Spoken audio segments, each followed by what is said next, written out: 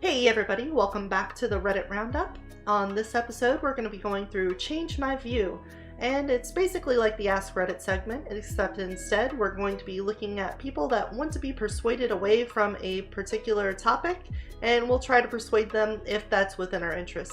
This one is going to be a little bit more curated than the Ask Reddit because obviously you're trying to formulate a persuasive response. And I don't want to persuade them away from a position I would hold myself. Because even though it's fun to do that as an activity of playing devil's advocate and whatnot, it's not exactly the kind of content I want to put out there, just being argumentative for argumentative's sake. There's a lot to be said about, doing that in a non-toxic way, but whatever. Change my view. Biological female is a bad definition for what a woman is. Let's see. You hear this quite often in opposition to trans people. The definition of what a woman is a biological female. That makes a little sense to me. Never has anyone known the biology of a person before feeling perfectly comfortable gendering someone as a woman.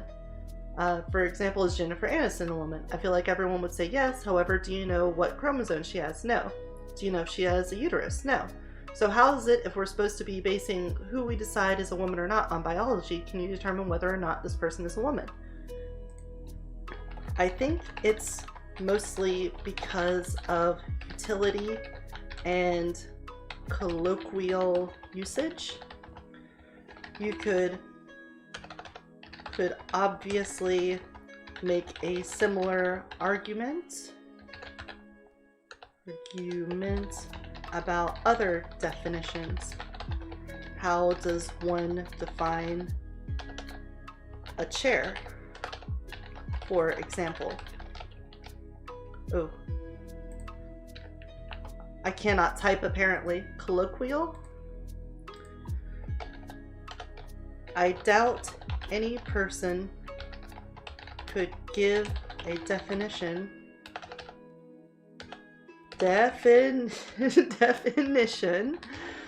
for a chair that perfectly encompasses all chairs and excludes all non-chairs. Does a stool count as a chair? A couch, sofa, a bench, a rock that you can sit on. There's a lot of things similar to a chair, and the distinctions between them are not hard boundaries. Similarly, gender and sex are not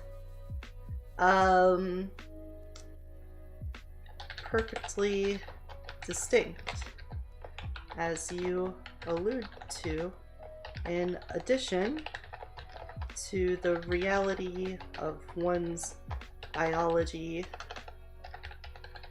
being inaccessible to most people perceiving them.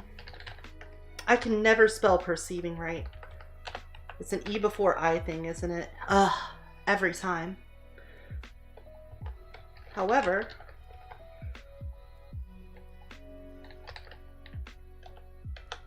you're mostly talking about average usage. So the average woman is going to be biologically female. There are people who comment. Yes. You are one of these people. You're commenting, old bad face. And how are you doing? Welcome to the stream. I'm trying to give an answer here, but I'm getting tripped up on my words mostly. And I think that's mostly what they're talking about. That's different from trying to dismiss trans things. String commenting on Reddit? Yeah, we're mostly just responding to things and trying to answer. And then of course, if you want to answer as well, go right ahead. Right now we're trying to give a response to change my view. Biological female is a bad definition for what woman is. So what I'm arguing is that it's hard to give a definition for what something is because there's always going to be outliers. There's always outliers and exceptions, you know? And basically, you know, woman is biological female is just usually what people are talking about.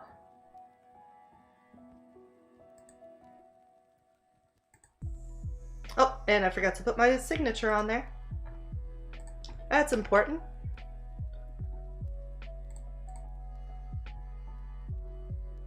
There we go. And hopefully they have a nice response to that. Yeah, today is just about going through Reddit and answering questions and trying to change people's opinions. And then when we're done with this segment, we'll probably go look at some more fun stuff like Unexpected, and I really like Idiots in Cars because we get to do lots of reactions to people being stupid.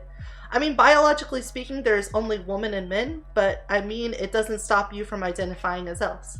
Yeah, I can agree with that.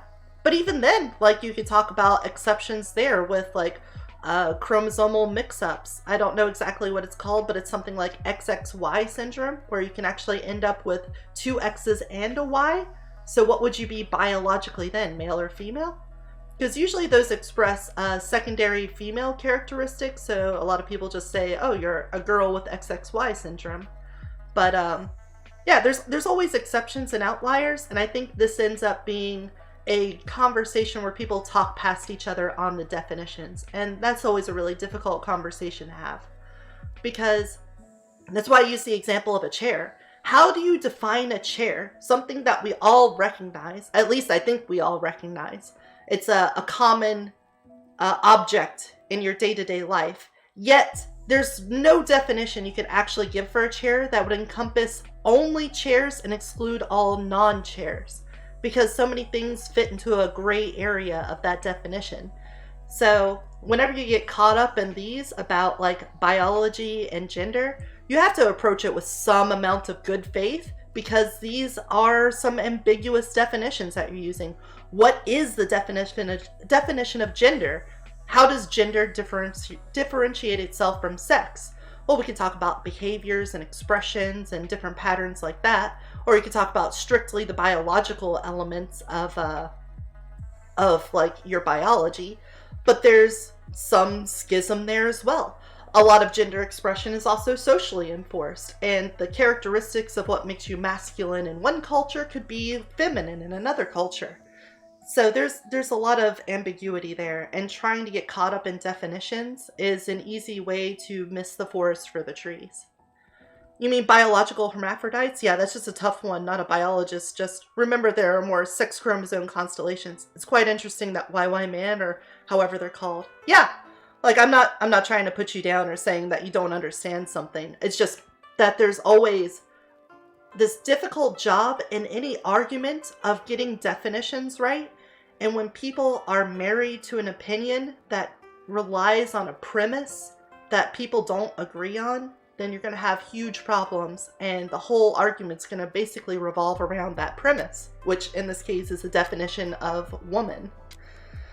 So yeah, that can be a mess, but hopefully that helps them out, because I don't necessarily think that you know, biological female is the right definition for what a woman is, but I think it has a good utility in language. When you say a woman, you're mostly referring to what's called a biological female, or at least somebody expressing as a feminine gender. So yeah, it's just difficult. Some felons deserve to have songs written and sung about them, depending on what crimes they committed. Yeah, I mean, those could be pretty fun songs. I don't think there's something to change your mind about there. They're just storytelling. And if it's a good, compelling story, go ahead and tell it. I don't care if it's like based on real life or a true tale. If it's good content, just put it out there.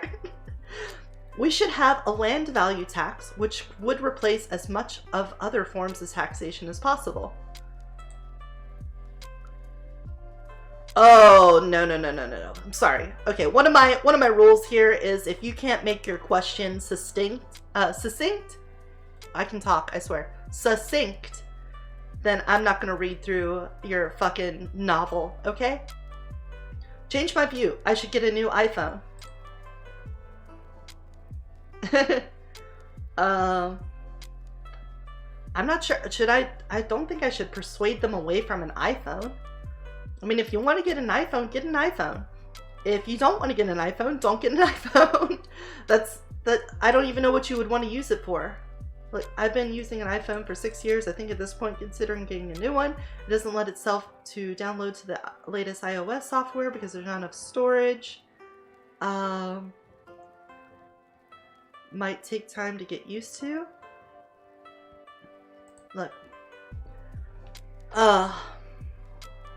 I know the biggest problem with switching to and from Apple to Android and, you know, Apple products in general is just that so many of them are interconnected that it's once you move away from one, you basically have to move away from all of them. Runan, good luck on the rest of the stream. I know I've been lurking, but still thought I'd mention I'm heading out. Well, you have a good one, Runan. We're going to be here for a while, so you can always feel free to come back if you've got time. Otherwise, take care. Have a good one. I'll just say that once you start moving away from Apple products, it's hard to have just one not be part of the Apple family. You'll start finding that you want things to all share usage, and Apple doesn't exactly play nice with other brands. So it tends to be all or nothing. If you're ready to make that switch, I'd encourage it. If not, maybe put it off until you can. I think that's reasonable.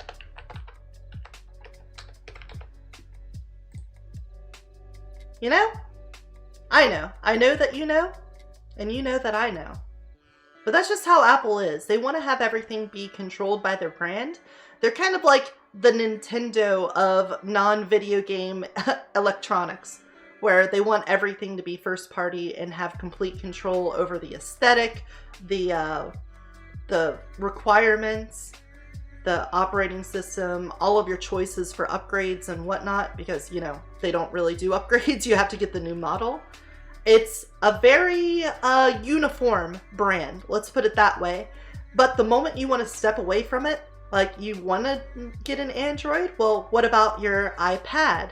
What about your, what are they called? The earbuds?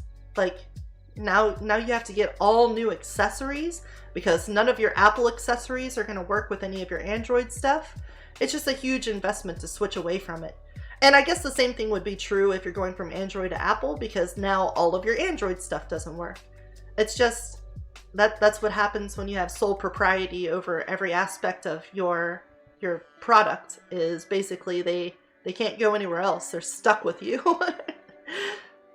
So if you were to move away, what I would tell you is you're basically going to have to get everything. Without a clear definition of what your identity means, you can't identify as that thing. I think the problem with that is that you can identify as whatever you want. But let's see, do they have a succinct explanation? This is pretty chunky, but let's see. There was a clip going around political circles of conservative commenter Matt Walsh making an appearance on a talk show Having a discussion with two trans women, I think his most impactful argument is when he simply asks the trans woman, what is a woman? To my surprise, neither of the trans women can answer the question. In response to the question, can you tell me what a woman is? One says, no, I can't. It's not for me to say. And the other says, they cannot define what a woman is because they are not a woman, which is a logical fallacy. Yeah, that's not really a good answer because I don't know what, or I know what a lot of regular objects and things are in life, and I'm not those things, yet I can define them. So that seems like a bad argument to make, but whatever. This struck me. If you can't clearly or somewhat describe what an identity means, why should anyone respect your identity?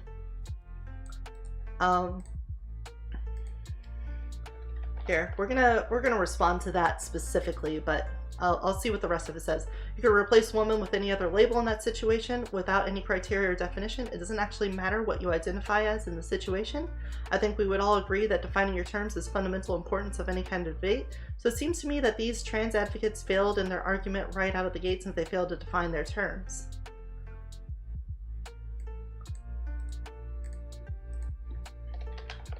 Okay.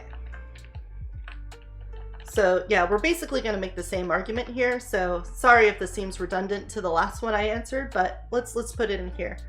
I think the problem is that it's hard to give a concrete definition in these debates because of exceptions and outliers. It's easy to say that they should be able to define a woman, but the reality is that you can't honestly define anything, really. If you try to give a definition for common objects around you that you think everyone could agree upon, like a chair. I'm literally going to use the same example again. You'll find it impossible to give one that perfectly includes all things chair and excludes all things not chair. I can spell, I promise. If there's also going to be discussion about what constitutes as a chair, i.e. stools, couches, etc. And this is going to be an issue when trying to define something even more esoteric. Oh, of course there's no way I was going to spell that right. Esoteric. Try to define woman yourself. It's not going to be correct.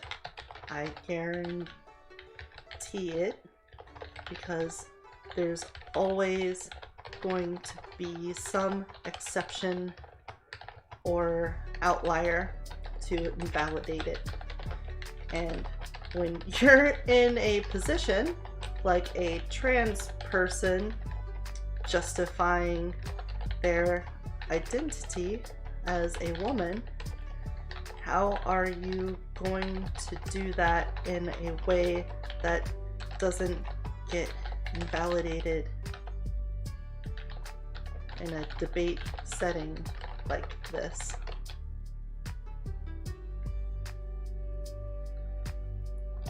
Seems difficult.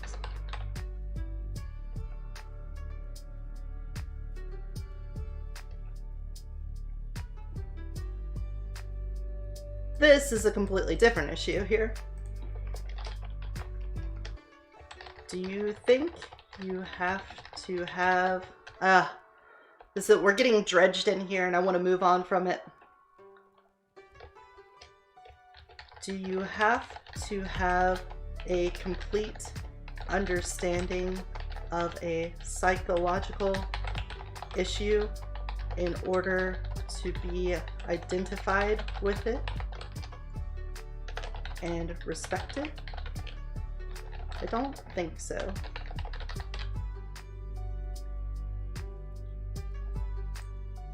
Oh, I forgot the signature yet again. Well, that was a lot to be said. Ugh. Oh no! Because I copied those things, I lost my signature. We have to go save it. Hurry, quickly! Run back to the last post. Edit.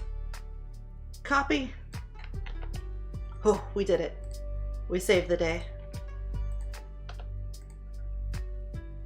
Let's get off of gender stuff. Can we get something else here? For celebrities, public figures, the saying, all publicity is good publicity isn't true. I could see that. I could see it go either way. This specifically in regards to anyone that's known by the public. For instance, take a celebrity. To say that all publicity is good publicity for a celebrity isn't true. If a famous person... Yeah, okay, I can agree with that. Moving on. Cell phone generation. That's not a view. That is a word. My view is that things have gone too far towards connecting every facet of our life to online apps and losing sight of the real goals of humanity. What are the real goals of humanity? Okay, what made me post? I think there are a few alarming things that I would call the cell phone generation. So, social media and video sharing are overwhelmingly more used for consumption of content than creation. I wanted to commend initiatives like online courses for free educational videos. However, these are exceptions to the vast majority of media and make the point that those are exceptions. Okay, well, one, I think there hasn't been a time in human history where content creation exceeded content consumption. I mean, most recently, I can think of newspapers. That's a publication making thousands of copies that are consumed by people that contribute nothing to the content themselves or using the info from it to make content. This isn't anything new. Next point. Plug anywhere into the machine. Whereas people in the past used to sit in front of a desktop computer, gradually there's a shift to a laptop and then to consuming the same with a cell phone. Plugging from anywhere misses the point of the roles of the workspace and university as the gathering space and bonding place. This leads, in my opinion, to some gained opportunities, for example, for someone sick to be able to attend university in person, but for most people it makes it more likely to lead to less cooperation and less self-development. Personally, I notice that when I visit my university and work on my desktop in the library, I feel more commitment to what I do and connected to where I study versus months during COVID I plugged from home.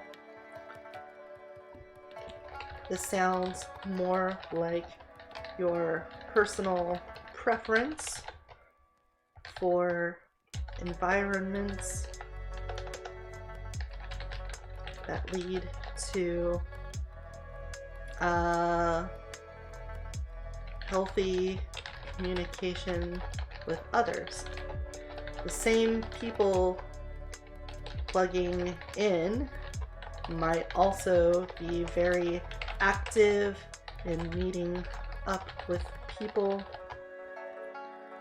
offline.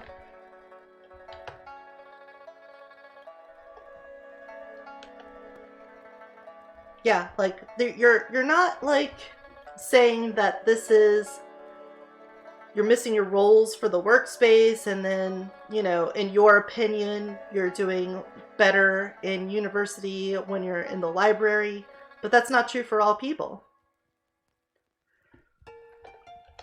Whether that be for work or play.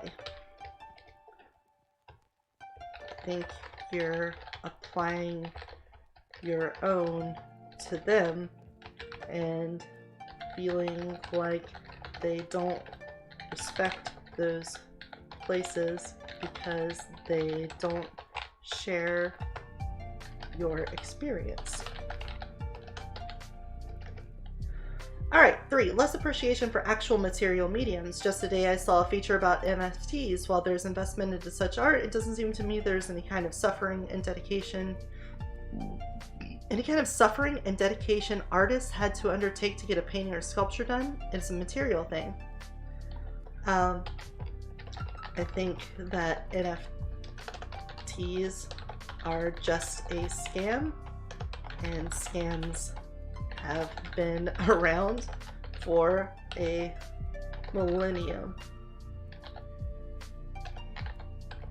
A millennium or so. It's just a new place to do old scams. Nothing unique to cell phone generation.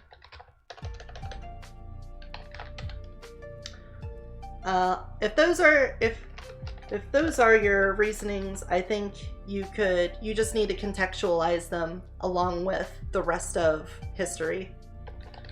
Are your reasons for thinking this generation isn't as social or active in the ways you like? I think you just lack a perspective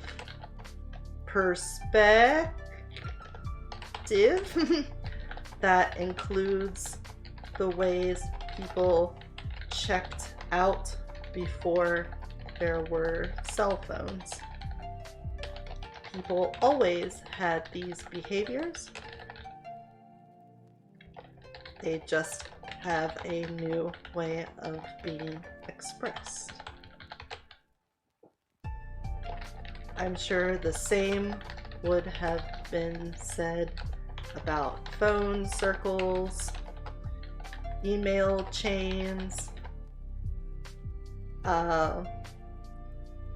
pen pals, etc. Depending on what is it? Like different times, like generation, depending on what technology was available. Who?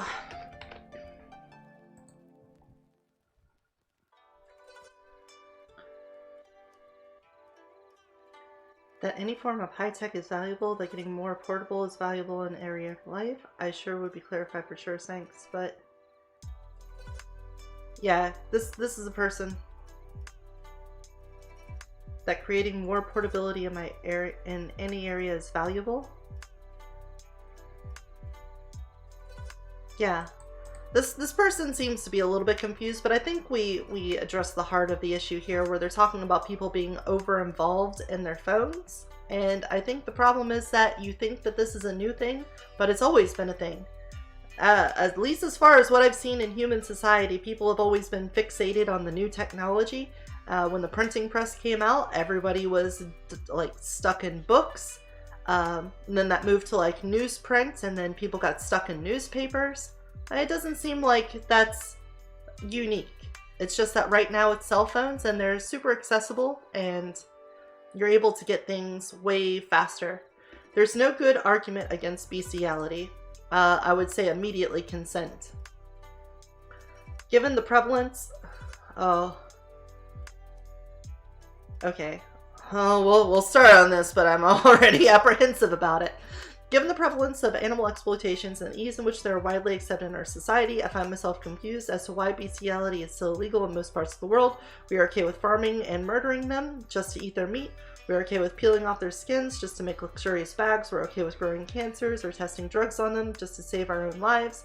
We're okay with repeatedly impregnating them and traumatizing them with separating them from their children to get milk. And we're okay with abducting them from their natural habitat and incarcerating them in cages just to entertain ourselves. The list of exploitations goes on and on. To those of you people out there who's okay with any exploitation, what reasons do you have to draw a line from with sex with animals?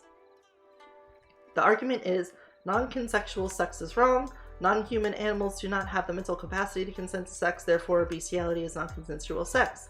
As such, it is wrong. Yeah, that's basically it. So let's see. He said consolidated response 1 outlines this, so let's look at it. Many have evoked the concept of consent as an essential part of making sex activities legitimate. We are in agreement here. I agree that animals, much like minors and people in a coma, lack the capacity to consent, but this argument falls apart when you consider a list of exploitations. That animals consent to being murdered, being imprisoned, being skinned, being repeatedly impregnated. If you're going to start applying human standard of sexual abuse to animals, is an exploitation equally bad, if not worse? To your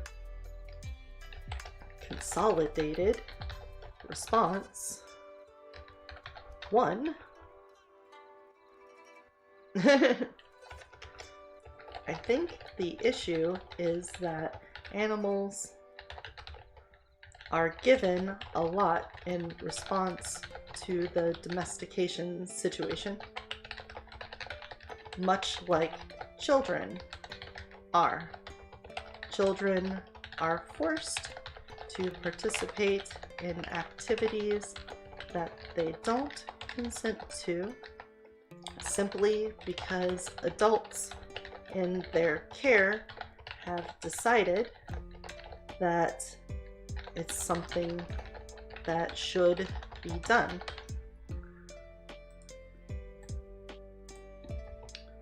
The line of consent is broken in this case because you are doing something that's good for them against their will. With animals, domestication, farming, or what would it be? What's it called whenever you take care of animals? Ranching. With animals, you're providing a lot for them against their will. You provide them shelter, food, medicine, protection, and care for them and their offspring. Despite these things being against their alleged consent, it's still provided for them.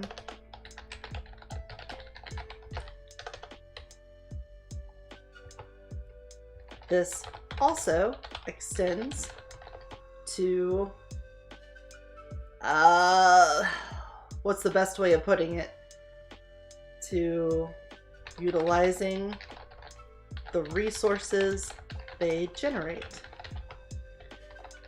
In exchange, I mean, you could also argue that bestiality is only pleasure for yourself on the cost of others. It might be true that animals get industrial treatment from us, but at least in some cases, they serve to, go ahead,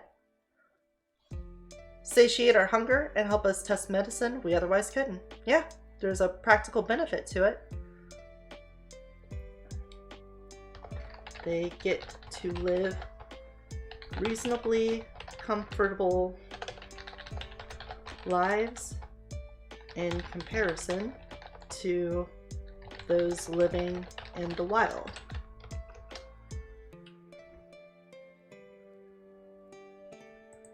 So when talking about consent, we forfeit, oh God, of course I can't spell forfeit. We forfeit some consent on behalf of those incapable of giving it in certain cases, just as we do with animals. It might be cruel to the living being at hand, but that's how it sadly works. It's cruel. Oh, cruel. It might be cruel to the living being at hand, but that's sadly how it works. Yeah. Agree. So when talking about consent, we forfeit some consent on behalf of those incapable of giving in certain cases, just as we do with animals. We, society, has dictated that sexual encounters are one of those things that's uncompromising in regard to mutual consent.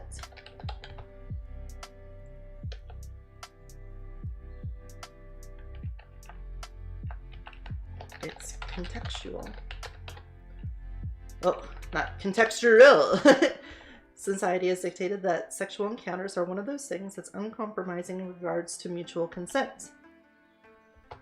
So, therefore, bestiality isn't justifiable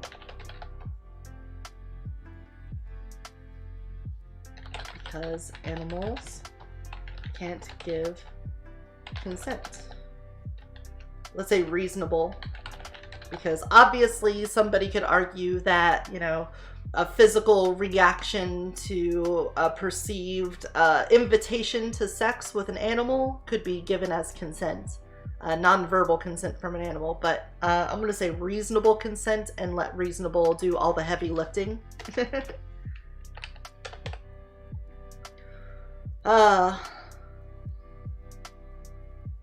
Hopefully that made sense.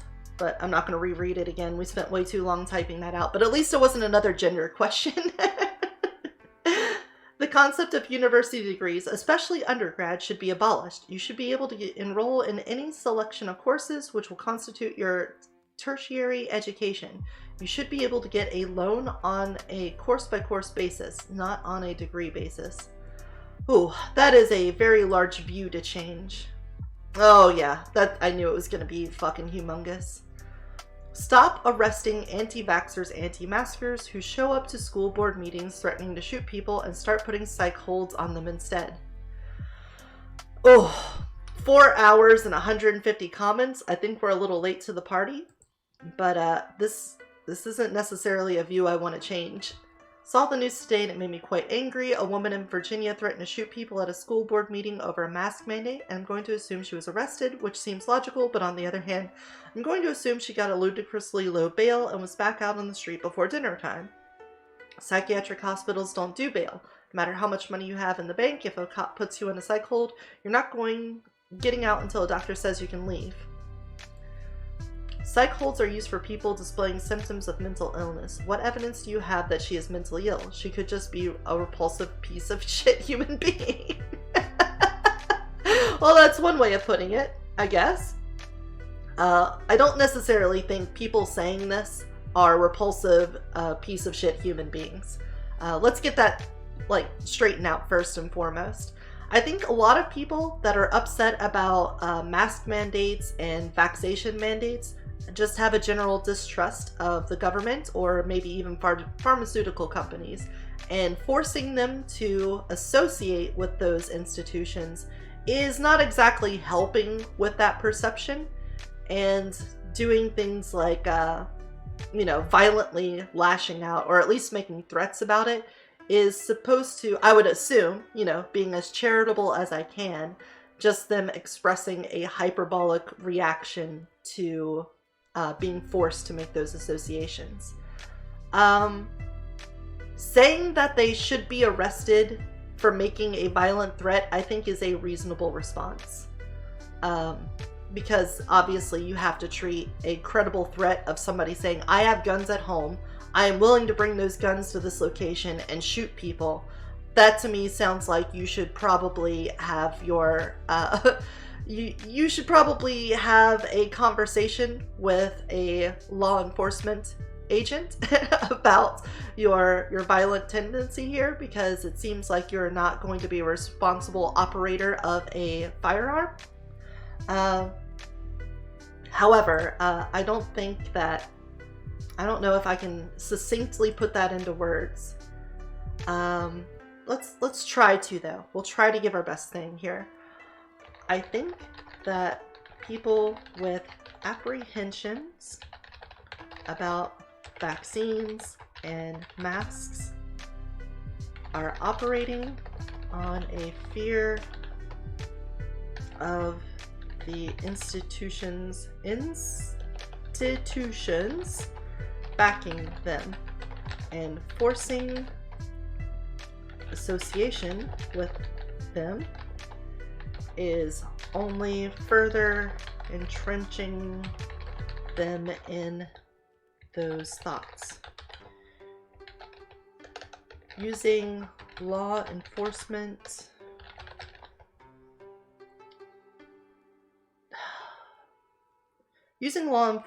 to coerce people into participation is only going to build their fervor. I think fervor is the right word. Not fervor. No. Fervor. Oh, F-E-R. Okay. I think there's better ways to produce outcomes of improved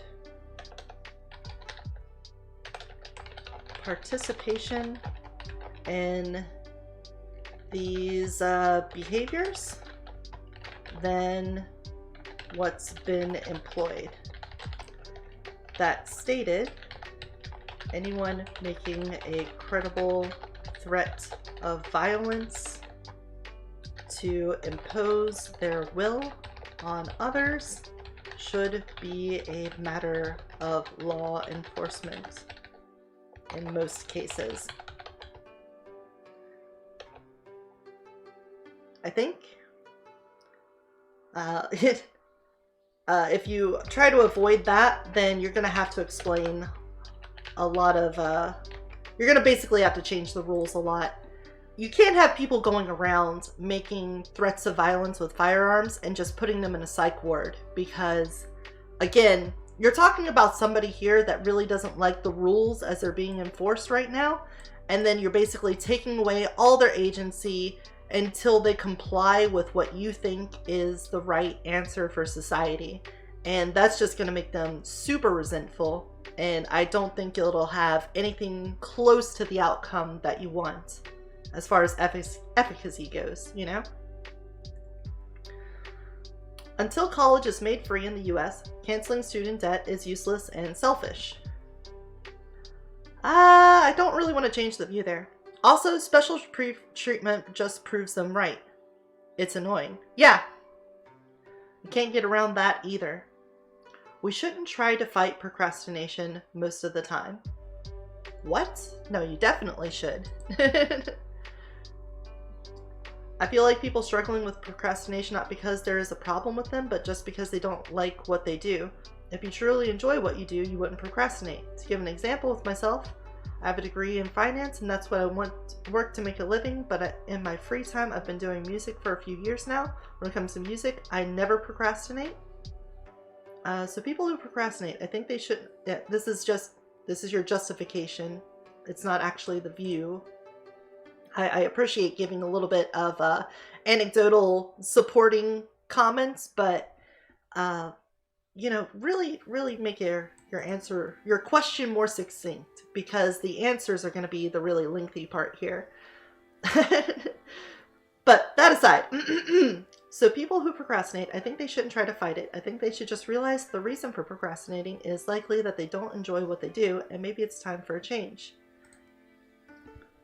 I think that procrastination also applies to things you know you have to do but are trying to avoid. Seems like this reasoning only really applies to optional I was gonna say optional quests, but that's not really like optional activities. However, I doubt you would agree with this mentality when it comes to things like doing your taxes, seeing a dentist, etc. There are always things people don't want to do, but need to do them. And saying that procrastinating is an indication that you just shouldn't do it is as unhealthy as sticking with things just because you feel like you should. Balance, my friend. There should be some balance there. Of course, we all need to do stuff like we don't like sometimes, like washing dishes, but these are things that everyone does and everyone needs to do, no way around it. But no one needs to be a lawyer. Yeah.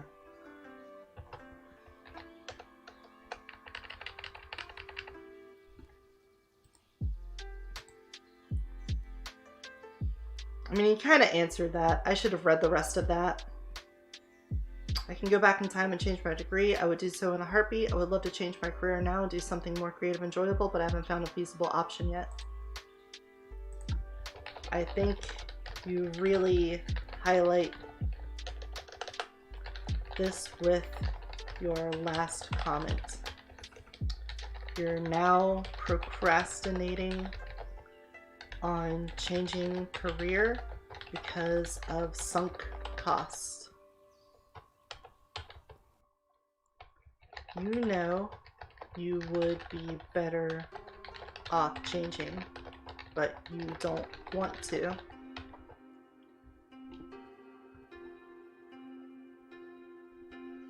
That doesn't seem healthy.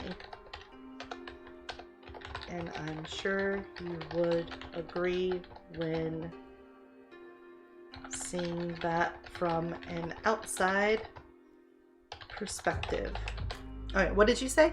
I mean, procrastination also comes from other stuff like depression, anxiety. It's not always your choice. Yeah, but it sounded like this person's arguing from a point of acknowledging procrastination and being aware of it and then justifying it.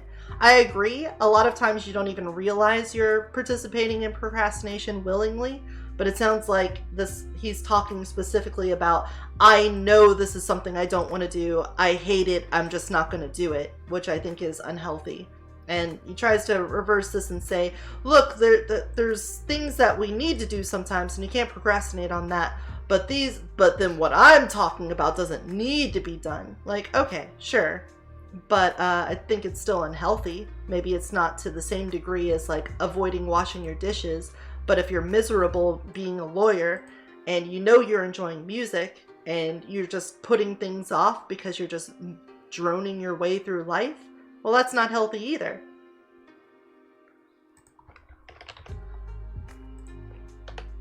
You know? I know. I know that you know.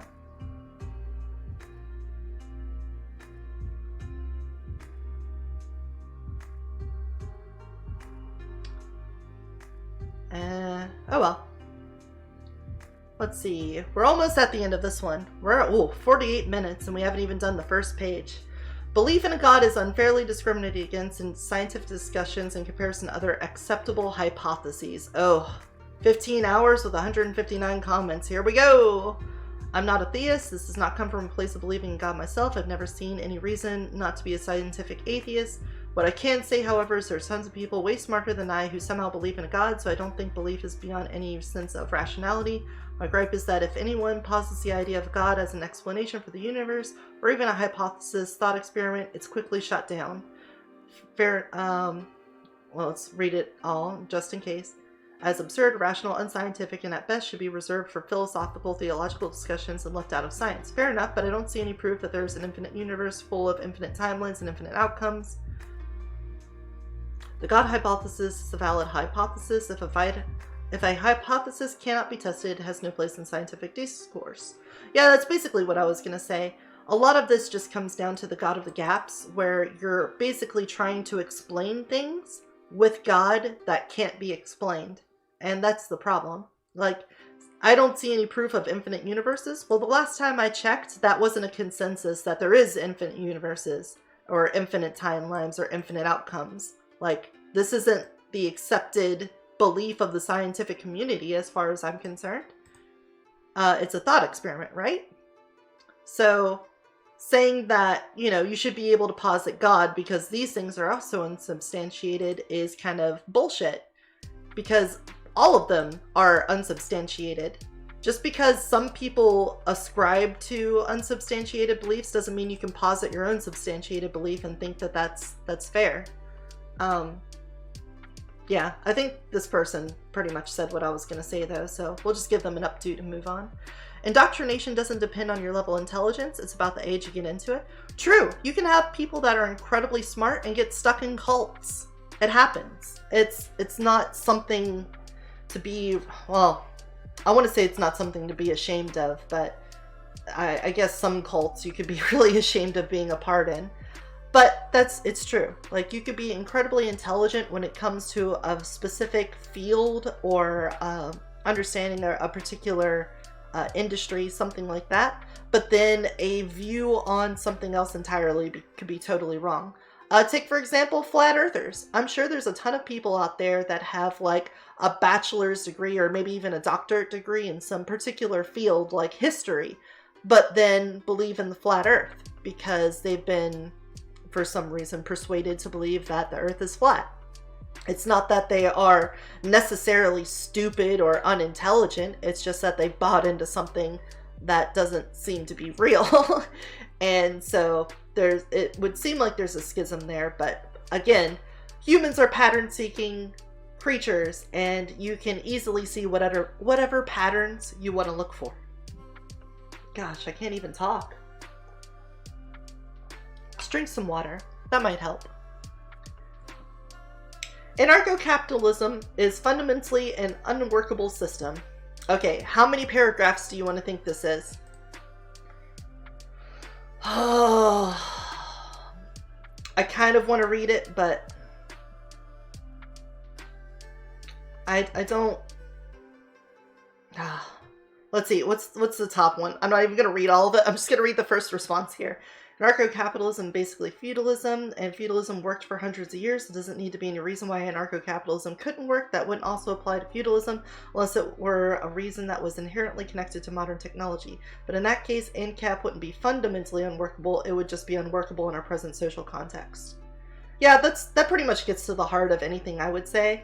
I'll still give a no, not without actually reading what he said, but I would tell you, if anybody here wants to have their view changed on the political system, or I guess in this case an economic system, all you have to say is, okay, what happens when a critical mass of the people living under it don't follow its guiding principles? If you have a democracy and people don't participate in the democracy in good faith, they aren't educated on what they're voting for, if they don't make informed choices, if they don't vote for people who aren't corrupt. Like, if they vote for people who lack corruption, that would be pretty good. But if you get stuck into this like lesser of two evils game, then you're going to be stuck with a lot of corruption. There's a lot of rules that get baked into these systems where if the people don't follow them, then the entire system falls apart. And that doesn't mean the system was bad from the get-go. It just means you need to have your population follow what those guiding principles are. I see a lot of people say, it doesn't take you very long on Reddit to find people that are critical of capitalism. And I think that's fair. There's a lot of problems that crop up from capitalism and the way people interact with it. But you could also say that there is a critical mass of people not participating in the capitalist system in accordance to its principles, where you're supposed to be conscious consumers and you're supposed to strike from a company if they're not treating workers correctly, and you're supposed to boycott companies if they have unethical practices. But without a principled population participating in that way, you're not going to get your outcomes. Then if you flip it over to something like socialism, where you have a proletariat that owns the means of production, Well, that is still a system that depends on a critical mass of the people participating in that system to make knowledgeable choices about workplace democracy. And you end up with the same problems. What happens when people only vote for those that say they're going to give them higher wages? What happens when you have political parties basically working as unions and fighting over each other to control workplaces and have uniform political control over different industries? Like, there's obviously a paradigm where you could have this idealistic view of whatever economic or political policies you want to create. But does it take into account having people that don't agree with it inside that system? Because no system's going to work when you have a critical mass of people not participating in it in the way that it should. There is no flawless system, just people who are smart enough or powerful enough to go around them. Yeah, kinda. People smart enough and powerful enough to use them to their advantage are always going to pop up. It's like the gamer mentality. How many times do you see a new game get released and within like a week there's already speedruns of it, there's already a wiki with all of the information data mines, there's already exploits, there's already hacks for it. It gets like pirated and you can get past whatever the what is it called, like the content identification system for making sure people don't pirate it gets bypassed. Like, there's no system you're going to create that never gets exploited. Again, humans being pattern-seeking animals can do a really good job at finding those patterns and breaking them apart. So, yeah. Also, fines just mean legal for a price. True. Yeah, there's always things that you can exploit about a system. And trying to think you can make a perfect system is kind of a fruitless endeavor. What you need to do is try to have a system that's flexible and also have a culture that resonates with that system. Because the inverse of what I'm complaining about here is also true. If you have any economic system or legal system and a critical mass of the people do believe in it and do participate in it in good faith, then it's going to work. I mean, that person just said, like, feudalism worked for a really long time. That's true. Like, it was centuries of people living as serfs under rulers and lords, and it worked. Society progressed and it survived. But the things that were contingent on that being right was people believing that their kings were ordained by God to rule over them, and their belief in that made the system stable. So what would you need for a modern system to work like that? I don't know. I'm not sure how it could work. If I were to like try to answer that for you human beings, I think it would be a more atomized legal system where at a geographically local level, you have rules that are more specific. And then the higher up you go to like counties, state, and federal levels, making it way more relaxed. I think that would work best for everyone. But at the same time, you're kind of stuck in this nuclear arms race of people wanting to have all the control at the highest level, and so it's kind of flipped everything upside down. Moving on. Change my view. Because of how cause and effect works, in reality, no one is responsible for their actions. Well, that's a little bit more... is that esoteric? Maybe. Because how cause and effect works, nothing is anyone's fault. Predestination. This is so much to say. I mean, on one part of me wants to agree with it because almost everything is just chemical reactions happening inside of a living being. You're not actually free-willed, deterministic. You're just basically a bunch of chemical reactions going off at once. But if you allow yourself the perception of consciousness and you believe yourself to be making these actual changes, I feel like you can almost overcome it. And that seems to be in conflict with what I just said, but I think that perception of self and the perception of agency, I guess I would say, is itself a driving force to give you control over your life. If you resign yourself to just being a chemical computer, then you're probably going to give up any of your own responsibility and accountability. But if you even just pretend to have that level of agency, then it can help you control yourself and make positive changes. Whether or not it's true or not, it just comes down to psychology, I think. Storming the Capitol was only wrong because of how far-right nationalists were doing it to interrupt an election and were pushing fascism. However, the idea alone of storming the Capitol is not by itself evil, and it is very bootlicker-ish to think it is inherently evil. I don't think I have a view to change there. I think the problem is that you pretty much answered your own problem.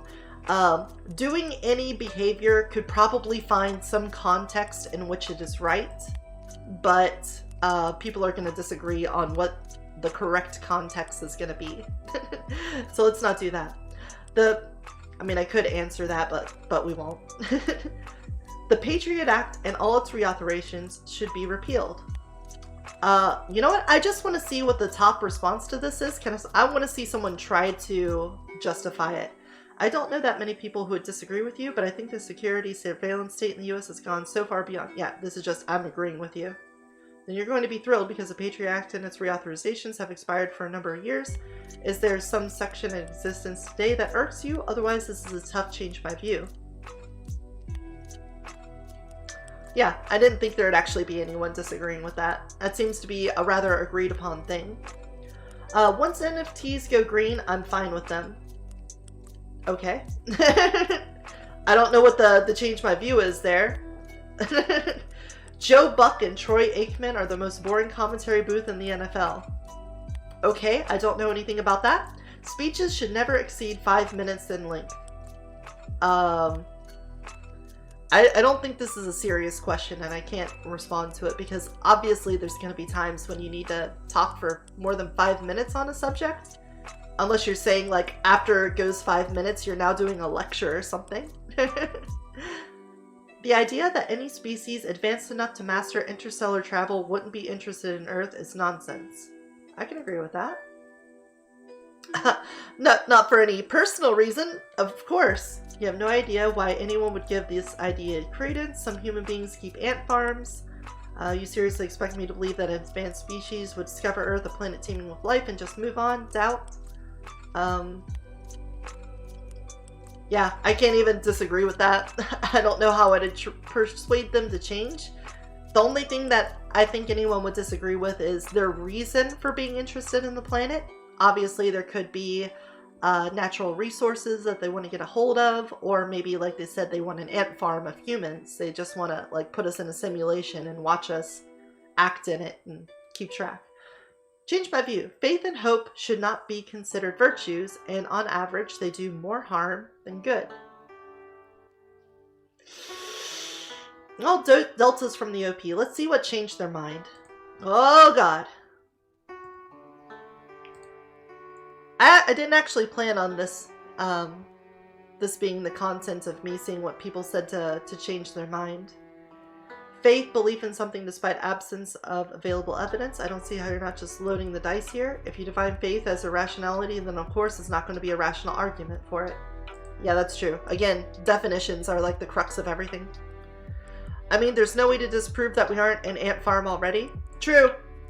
True, but you don't hear me tapping on your glass right now, do you? Without hope, what do you strive for? Rather than the virtues. Yeah, look, this is all definition problems. The crux of almost every conversation is definition problems. Any being advanced enough to create planet-sized computers to simulate a universe won't waste their time trying to simulate a universe. I did not know that that was a view that people had. Okay, well, the back end of this video was a lot of me just not responding to things. So let's see what these responses were. Okay. First of all, I only have beaten R1 for the time being, but it feels like I wasn't really playing the game before now. Totally feel that. But anyway, let's talk about this. Yes, I agree that the average woman is biologically female. I don't feel this discredits my view of things here. Let's go back to the full thing so I can remember what they said. Oh, they removed it.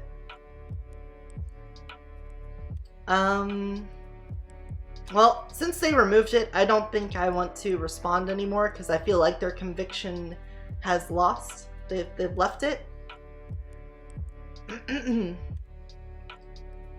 Yes, but you removed the post, but you didn't give any deltas. That's not participating in this sub in good faith, so I'm sorry, this person, but you're not a good faith presenter here, sadly. Alright, well, I feel like we did some view-changing content here. This is a much slower sub, so I can't just hit refresh on it and get some more, but that was a pretty lengthy video. Well, if you disagreed with anything I said here, please feel free to comment down below in the comments section. Of course, if you ever catch me live, you can come in here and chat with me and give your own takes on stuff. If you like this video, then give it a thumbs up. If you want to see more like it, subscribe, and take care of yourself and take care of those around you.